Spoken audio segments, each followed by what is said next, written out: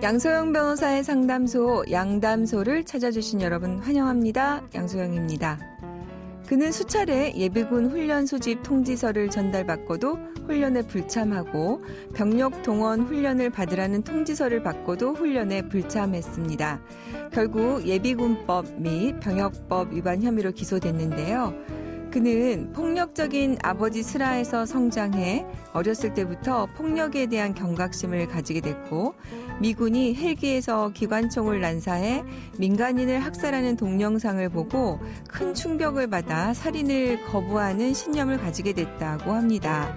그의 신념은 재판에서 받아들여졌을까요? 법무법인 숭이인 양소영 변호사입니다. 네. 폭력과 살인을 거부하는 신념으로 예비군 훈련과 병역 동원 소집에 불참했는데요.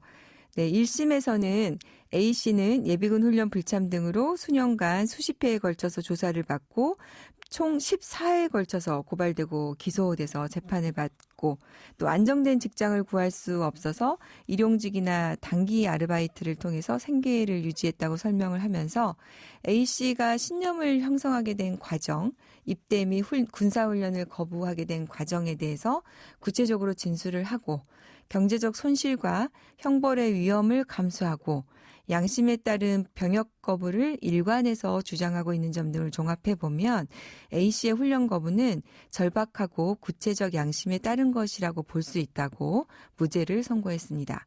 그리고 2심도 똑같은 이유로 무죄를 선고했고요. 최근에 대법원도 무죄를 확정했습니다. 자, 이로써 우리나라에서 비종교적 신념이 양심적 병역 거부로 허용된 첫 사례로 결론이 났습니다. 자, 이제는 우리나라에서 양심적 병역 거부의 논란이 이제 종지부가 찍어진 것 같습니다. 수용시설에서 이제 대체 복무를 할 수 있고 모병제를 도입해야 된다는 주장도 지금 있는데요. 우리 사회가 이제는 어느 정도 성숙 단계에 이른 것이 아니냐라는 생각이 좀 들었습니다. 사실 이게 전쟁에 대해서 뭐 평화 비폭력에 대해서 어떻게 생각하느냐를 떠나서 이제는 그 대체 복무에 대해서 법적으로도 대안이 마련이 되었고 모병제를 도입하자는 주장까지 나와 있는 시점에서 우리가 이제 사회 전체적으로 한번 논의를 좀 해야 되는 시점이 아닌가 생각이 들고요. 앞으로 이와 관련해서 동의하는 사람과 동의하지 않는 사람 양쪽의 입장을 다 존중하는 사회로 나아갔으면 좋겠다는 생각이 들었습니다. 양담소에서 함께 나눠볼 법률 궁금증이 있으시다면 YTN 라디오 양소영 변호사의 상담소 홈페이지에 남겨주시면 됩니다. 화나고 답답하고 억울한 당신의 법률 고민 함께 풀어볼게요. 오늘은 김훈찬 변호사님과 함께 하겠습니다. 변호사 안녕하세요. 안녕하세요. 변호사님은 주로 특허 이런 거 네. 관련해서 많이 상담하시고 공부하시나 봐요. 네, IP 쪽 위주로 해서 네. 사건 많이 수임을 하고 담당을 하고 있고요. 네. 뭐 그렇다 보니까 좀 또 사건이 들어다 보니까 관심이 또 생기니까 공부도 좀 많이 하고 있는 편입니다. 네. 거긴 너무 어려운 것 같아요, 저는. 아니요. 뭐 그렇지는 않고요. 네. 뭐 조금만 관심 있으면은 누구나 할 수 있는 분야라고 생각합니다. 네. 그러면은 준비된 사연 만나보기 전에 상표권, 저작권 개념을 좀 간단히 먼저 좀 정리해 주시겠어요? 네. 먼저 상표권 같은 경우는 특정 상품을 다른 상품과 구분하기 위해서 사용하는 표장에 대한 권리를 의미하고 네. 표장이라는 표현이 조금 어려울 수 있는데 이거는 뭐 쉽게 설명하면 뭐 상품명이라든가 뭐 상호명이라든가 뭐 로고 뭐 이런 거를 의미합니다. 우리 양담소 같은? 예, 그렇죠. 네네, 그렇죠. 네. 예. 그래서 그런 부분들에 대해서 이제 상표권은 권리가 발생을 하기 위해서는 특허청에 이제 출원해서 등록을 해야 되고요. 이제 등록된 이후에는 상표권자로서 권리 행사가 가능한 겁니다. 이제 반면에 저작권은 인간의 사상 또는 감정을 표현한 창작물에 대한 권리를 의미하고 네. 뭐 쉽게 설명하면은 일반적인 예술물들이 이에 해당합니다. 뭐 사진이라든가 그림이라든가 뭐 음악 저작물들에 대한 권리를 의미하고요. 네. 저작권 같은 경우는 상표권과는 달리 별도로 등록하지 않더라도 그 창작을 했을 때 저작권자에게 권리가 귀속되고 권리 행사를 할 수가 있습니다. 그런 차이점이 있군요. 네. 자, 그러면 오늘 준비된 사연 만나보고 계속 얘기 나눠볼게요. 저는 오랜 시간 식당을 운영했습니다. 독특한 메뉴로 그 지역에서 맛집으로 소문이 났는데요. 그러던 중 유명 방송 프로그램에 제 식당이 소개되었습니다. 이때부터 전국에서 찾아온 손님들로 식당은 문정성시를 이뤘는데요. 그런데 얼마 전부터 주변에서 자꾸 연락이 왔습니다. 제가 개발한 메뉴와 똑같은 메뉴를 파는 식당들이 여기저기 있다는 겁니다. 알아보니 최근엔 누군가 메뉴의 이름을 상표 등록까지 한 사실을 알게 되었습니다. 양심 없이 제 메뉴를 그대로 따라하는 업체의 판매를 막을 순 없을까요? 네, 비슷한 일이 있었잖아요, 변호사님. 그 네. 포항 덮죽 사건이 떠오르네요. 네, 그렇습니다. 그 포항 덮죽집 같은 경우에는 그 이제 방송을 출연하면서 굉장히 좀 전국적인 유명세를 가지게 되었는데요.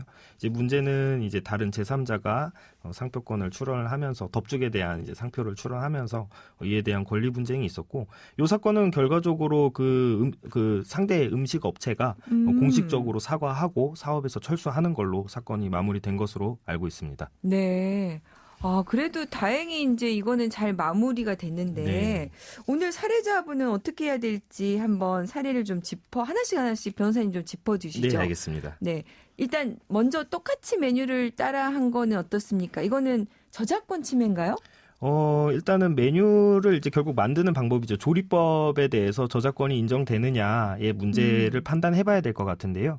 조리법 자체는 어떤 인간의 사상이나 가치관을 표현한 표현물이 아니기 때문에 조리법 자체에 대해서는 저작권이 인정되지 않습니다. 아, 저작권 아니에요. 예, 그래서 네. 사례자 같은 경우에 이제 굉장히 그 음식을 만들기 위해서 독창적인 조리법을 개발을 했지만은 이 부분에 대해서 저작권으로 보호를 받을 수는 없고요. 뭐 특허 출원이 가능하긴 한데 이제 특허 같은 경우는 기술적 의의가 있어야 됩니다. 예, 그래서 뭐 단순히 조리법이 새로운 조리법이라고 해서 특허 출원이 되는 것은 아니고 그것이 어떤 기술적 의의를 가질 때는 특허 출원이 가능하죠.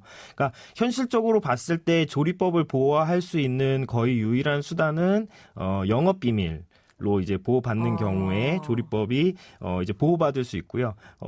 영업 비밀 같은 경우는 지난 방송에서 말씀을 드리긴 했는데 뭐 간단하게 요약해서 설명드리면은 어쨌든 그 조리법 자체가 비밀로서 관리돼서 그 어떤 음식점 내부에서 소수의 사람들만 알고 있고 이런 형태가 되어야 됩니다. 네.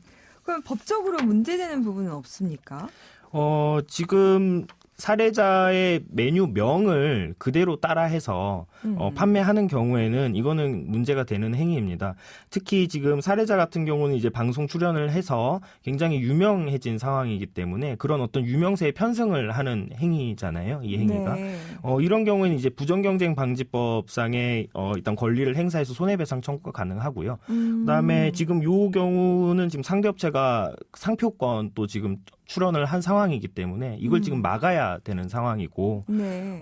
지금 이 부분에 대해서는 부정한 목적으로 사용된 상표다라고 해서 상표 등록을 무효시킬 수 있습니다. 아, 그런데 먼저 이렇게 지금 등록 신청을 이 사람이 했잖아요. 네.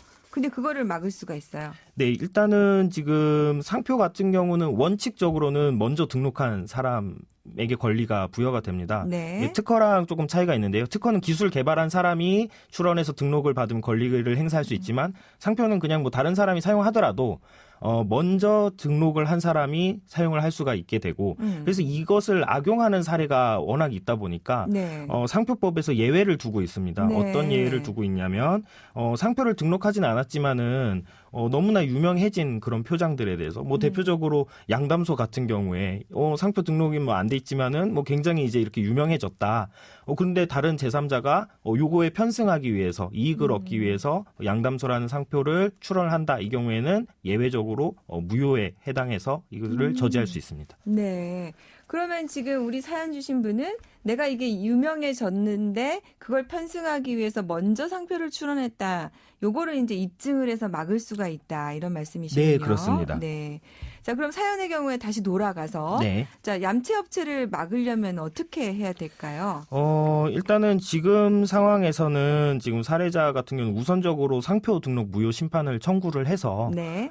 지금 등록된 상표를 무효로 일단 만들어야 되고요. 네. 무효로 만든 이후에 이제 이제 자신이 이제 상표를 출원을 할 수가 있겠죠. 그럼 이제 정당한 상표권자로 권리 행사가 가능할 것 같고요. 네. 그다음에 지금 이 사례자 같은 경우는 뭐 좀 운이 좋은 케이스인데 방송 출연을 함으로써 굉장히 전국적으로 유명해졌기 때문에 어떤 유명세를 이용해서 지금 상대방이 영업 활동을 하고 있기 때문에 이 부분에 대해서는 부정경쟁방지법상의 권리 행사를 통해서 손해배상 청구도 가능합니다. 아, 그 또 입증도 아무래도 좀 용이한 측면이 있겠네요. 네, 그렇습니다. 예. 그래서 이런 부분들 참고를 해서 방금 말씀하신 것처럼 상표 등록 무효 심판을 제기를 해서 요거는 특허청에 하는 겁니까? 네, 특허 심판원에 이제 하는 것이고요. 네.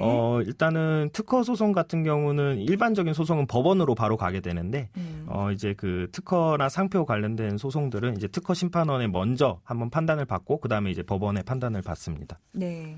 이거보다 뭐 일반적인 경우보다 조금 절차가 빨리 진행이 되나요? 절차가 빨리 진행이 되지는 않고요. 다만 이제 아무래도 좀 분야 자체가 좀 전문성을 요구하다 보니까 뭐 일반적인 이제 법원에서 판단을 받기보다는 조금 더 전문성을 가진 특허 심판원에서 한번 판단을 받는다 이렇게 보시면 될 것 같습니다. 네, 오늘 또 그 현실에서 많이 일어날 수 있는 사례 가지고 도움 말씀 주셔서 감사합니다, 변호사님. 네, 감사합니다.